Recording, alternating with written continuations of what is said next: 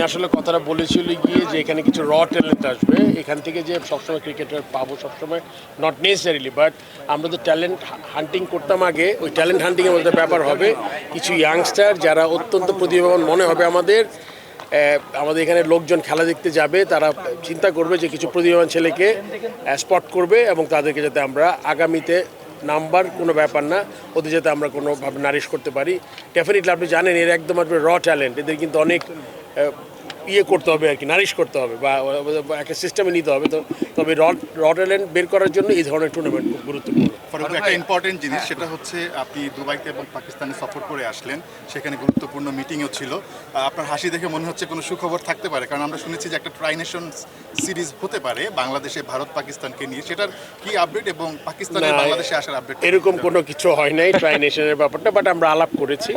আপনি জানেন যে এইরকম আইসিসির ইভেন্টগুলোতে যখন আইসিসি থেকে ডিরেক্টরদের ইনভাইট করা হয়, প্রত্যেকটা দেশের ডিরেক্টররা আসে একসাথে খেলা দেখে, এবং আপনি জানেন খেলাটা লম্বা 6-7 ঘন্টার খেলা, এতে করে আপনার অনেক অপরচুনিটি থাকে এই সম্পর্কগুলো ইমপ্রুভ করার জন্য। আমি এটাই চেষ্টা করেছি। আপনি জানেন যে আমি ফাইনাল না দেখে চলে এসেছি, আমার যে মিটিংগুলো আমি ফর্মাল মিটিং করেছি যেগুলো, ওগুলো শেষ হয়ে গেছে, আমি এসেছি এবং আমাদের এর থেকে আমরা পাকিস্তান বোর্ড, ইন্ডিয়ান বোর্ডের সাথে আমরা চেষ্টা করেছি। আপনি জানেন যে আমাদের ইভেন শ্রীলঙ্কান বোর্ড যারা আরইসিবি তো আছে যেখানে খেলা হচ্ছিল, তো এদের সাথে সম্পর্ক উন্নয়নটা খুব জরুরি। এখন যখন আপনি একটা সম্পর্ক উন্নয়ন হবে তখন যে কোনো জিনিস কিন্তু আপনার পাইতে সুবিধা হবে, এটা আমি বিশ্বাস করি যে কোনো লেভেলেই।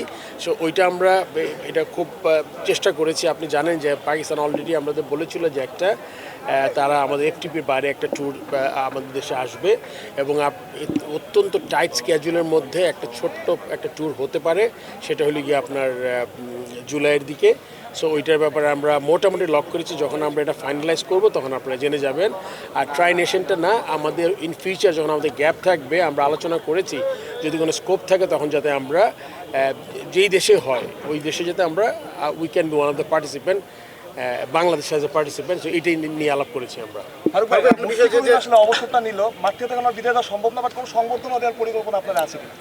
এটা আমরা প্ল্যান করবো, এটা তো খুব স্বাভাবিক একটা ঘটনা। মুশফিক তো probably legend of the country.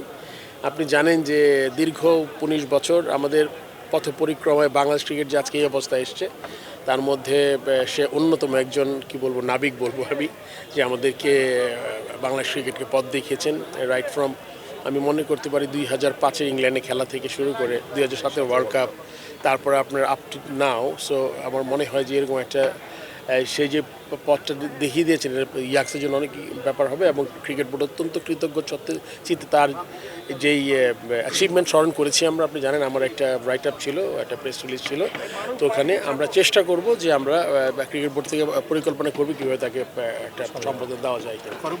Last question, captaincy issue নিয়ে একটা আলোচনা হচ্ছিল।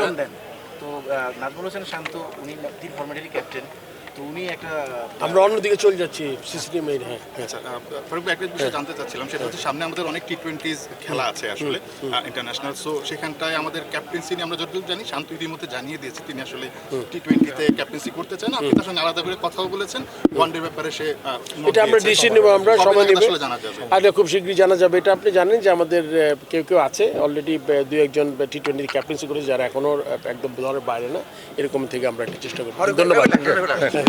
সবসময় এরা শুনেছি যে পরের মানে এর আগের যে বোর্ড ছিল বলা হতো, মানে প্ল্যানটা করা হতো যে পরের বিশ্বকাপ আসবে বা একদম লাস্ট মোমেন্টে প্ল্যান করা হতো। এখন যেহেতু মুশফিক বিদায় নিচ্ছে, রিয়াদও থাকবে না, একটা 2 বছর সময় আছে হাতে, তো এখন থেকে ফারুক ভাই কাজ থেকে শুরু হবে কিনা বিশ্বকাপের জন্য, মানে এবং প্ল্যানিংটা এখন থেকে দেখা যাবে। আমি যদি একসাথে সিলেকশন কমিটি, বোর্ড প্রেসিডেন্ট, অপারেশনসের চেয়ারম্যান হতে পারতাম তাহলে আমার জন্য ইজি হতো কোয়েশ্চেনটা অ্যান্সার করা। বাট হ্যাঁ, আপনি অবশ্যই আমাদের চেষ্টা থাকবে। আমি ওই আগামী বিশ্বকাপ বিশ্বাস করি না।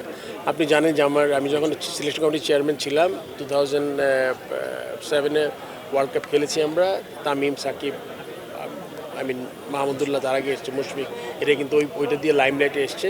তবে এখন আমি এরকম বোর্ড থেকে একটা পলিসি দেওয়া হবে শিওরলি, আমাদের সাথে বোর্ড ডিরেক্টররা আছেন, আমরা বলে দিব যে আমরা কি চাই বোর্ড থেকে, সেটা দিয়ে যে আমি আশা করবো যে সিলেকশন প্যানেল বলেন, যারা ক্রিকেট অপারেশনস আছে আমাদের, আপনি জানেন যে নাজমুল আবেদিন অত্যন্ত অভিজ্ঞতা সম্পন্ন একজন মানুষ, তো সাথে আলাপ করে আমরা চিন্তা করবো যে আমাদের ক্রিকেটটাকে কীভাবে করা যায়।